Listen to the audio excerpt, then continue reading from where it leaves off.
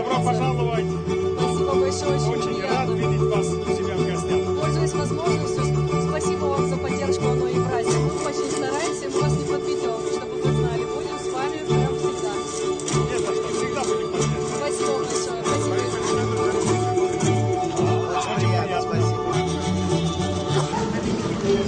Алдын ала бұл жерде карта, аттракциондар, жаңалықтардың барлық жерде болады. Бүгін менің кезегімде бүгінгі келген күнді жақын датаны да белгілеп, ертеңмен 10-2-ге чейін алтыға чейін алтыдан бері кешкі 10 чейін болды. Мен кешке алтыға сізге жазылып бар алдын ала жасақтасып. Бүгін сіздің бірінші сізге апарып береміз.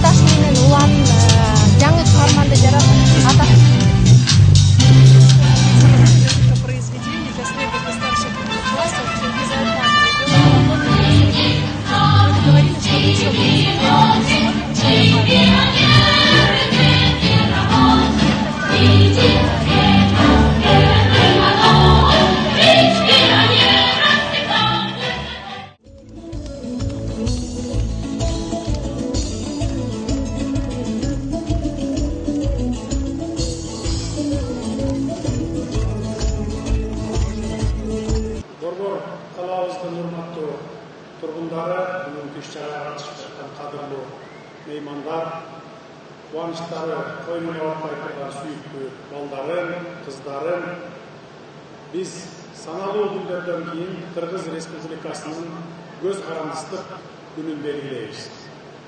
Бұл егемендік майрамы ең иықпалылық, барынан ұлық майрам қымбат күн. Бүгін біз ошол ең чоң майрамымызды белгілеудің алдында Евразия ойын-сауық паркын ашып жатабыз. Жаңы Кыргызстандын жаркын келечеги, үмүт тилеги бул биздин балдарыбыз. Балдарыбызга бактылуу балалык, таалим-тарбия, татыктуу билим жана тиешелүү шарттарды түзүү аракетиндебиз. Бүгүнкү ачып жаткан паркыбыз ошол максаттарыбыздын бир бөлүгү. Шундан улам келе жаткан эгемендик майрамы жана анын урматына Евразия паркынын ачылышы менен баарыңыздарды чын дилимден куттуктайм. Ылайым эгемен Кыргызстаныбыздын асманы ачык болсун, паркыбыз акжолтой болуп, балдарыбыздын жүзүнөн күлкү этпесин.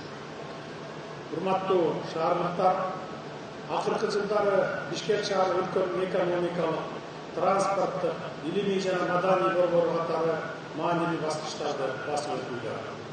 Бүгүнкү күндө шаарыбыз өлүгүү жолуна түштү. Көптөгөн жаңы имараттар курулуп, заманбап инфраструктурлук объектилер пайда болууда. Жолдор оңдолуп, шаар көрктөндүрүлүп, бир кездеги кооз жана жашыл шаар келбетине кайрадан келип баратат. Бүгүнкү ачылып жаткан оюн-зоок паркы дагы шаарыбыздын көркүн ачып, балдарыбыздын, жаштарыбыздын жана шаарыбызга келген туристтердин активдүү эс алуу жайы болоруна ишенем. Аталган парк 2024 жылы биздин министрлер кабинети менен Евразия автономдуу коммерциялык эмес уюмунун ортосундагы Евразия мейкиндигинде салттуу баалуулуктарды сактоо жана бекемдөө боюнча кызматташуу жөнүндө макулдашуунун алкагында курулуп башталган. Биз инвестициялық климат жақшырған бүгінгідей шартта инвестицияларды жана эле өндүрүш ишканаларга багыттабай бүгүнкүдөй социалдык долбоорлорго да салууга кириштик. Бул паркка тартылган инвестициянын көлөмү $35 миллион АКШ доллары түзөт. Долбоор Евразиялык экономикалык биримдиктин 10 жылдыгына арналган масштабтуу иш-чара болуп саналат. Парктын курулушу жана жабдылышы меценаттык каражаттын эсебинен Евразия фонду тарабынан каржыланды. Урматтуу Евразия фондунун жетекчилиги сиздерге чоң рахматымды айта кетейин. Оюн-Зоок паркы үй-бүлө баалуулуктарын бекемдөө үчүн жарандардын бош убактарын үй-бүлөсү менен чогуу, кызыктуу өткөрүүгө жана борбордун тургундары менен конокторуна массалык эс алууга кызмат кылат. Болжол менен 10 гектар жерди ээлеген эс алуу менен көңүл ачууну айкалыштырган бул маданий оюн-зоок борбору эл аралык сапат жана коопсуздук стандарттарына жооп берген заманбап аттракциондор менен жабдылган. Бул паркка кирип аттракциондорду ойноо 5 жаштан 15 жашка чейинки наристелерибиз үчүн акысыз болот. Эмне үчүн акысыз болот? Себеби социалдык жактан бөлүнбөй бардык наристелерибиз бул паркта бирдей ойносун деген максатты койдук. Кыскасы, бул жай заманбап парк гана эмес, шаардыктардын айылдан келген наристелерибиздин жашоо сапатын жакшыртууга багытталган социалдык долбоор болуп саналат.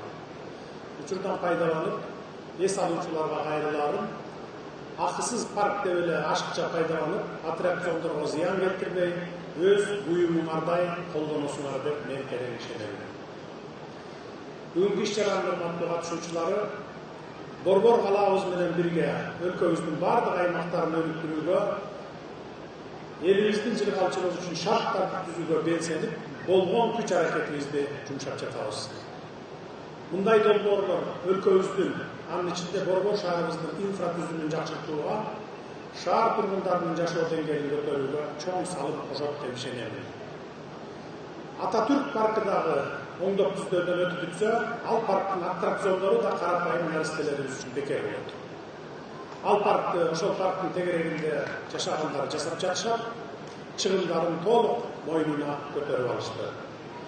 Парктарыбызда балдарыбыздын күлкүлөрү жаңырып, жашообуз бакубат болсун, баш калаабыз күндөн күнгө жаркырай берсин. Оюн-Зоок паркынын ачылышы менен дагы жолу куттуктайм. Ак Жолтой парк болсун. Рахмат.